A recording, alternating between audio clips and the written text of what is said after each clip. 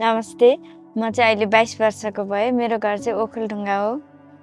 म चाहिँ यस lily leave social इन्टरप्राइजेसमा join भएको 6 वर्ष भए र मैले लिली म्यामलाई भेटेको चाहिँ 7 वर्ष भइसक्यो।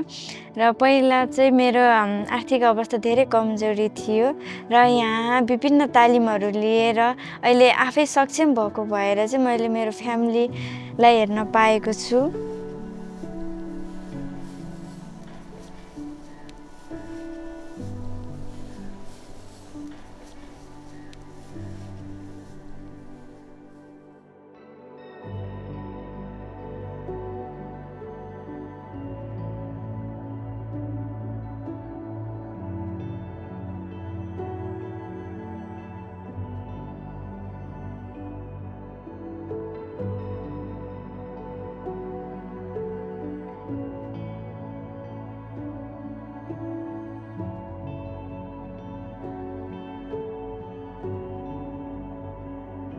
र मलाई चाहिँ सबैभन्दा प्लान्टेसन गरेको राम्रो ठाउँ चाहिँ स्वयम्भू लागेको छ।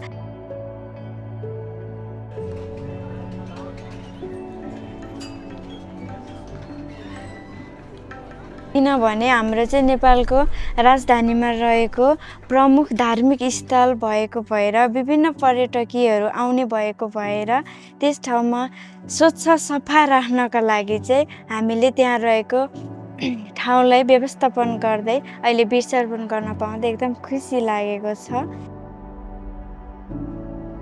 र म यस्तो सुन्न बोल्न नसक्ने बहिनीहरूसँग काम गर्न पाउँदा एकदम खुसी लागेको छ।